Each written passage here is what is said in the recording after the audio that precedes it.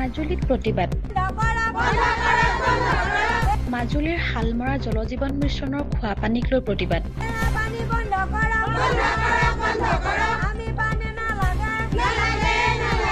হালমৰাৰ ৫৫টা পৰিয়ালৰ প্ৰতিবাদ।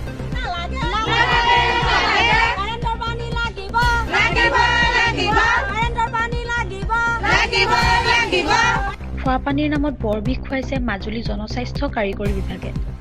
মাজুলীত বগাহাটীত পৰিণত জলজীৱন মিছনৰ ১,০০০ কোটি টকীয়া সকলো আঁচনি বিশুদ্ধ খোৱা পানীৰ দাবীত প্ৰতিবাদ মাজুলীৰ হালমৰা বৰবোকাবাসী ৰাইজৰ।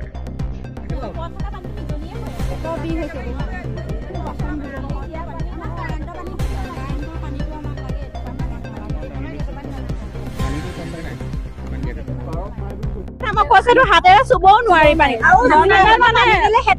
আজিলৈকে ব্যৱহাৰ কৰিয়ে খোৱা নাই।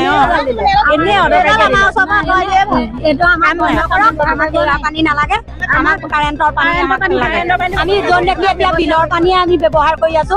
খোৱা পানীটো আমি এয়া পানী খোৱাই নাই, ফিল্টাৰ কৰিও আমি টিউবৱেল পানী যেতিয়া পানী শুকাই যায় তেতিয়া আমি আমাৰ বেছি অসুবিধা হৈ যায়।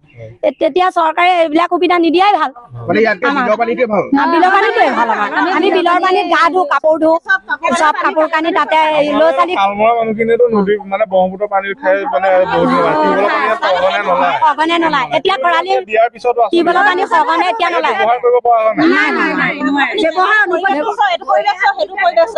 বেয়া, বহুত বেয়া, বহুত বেয়া পৰিৱেশটো মানে পানীখিনি একেবাৰে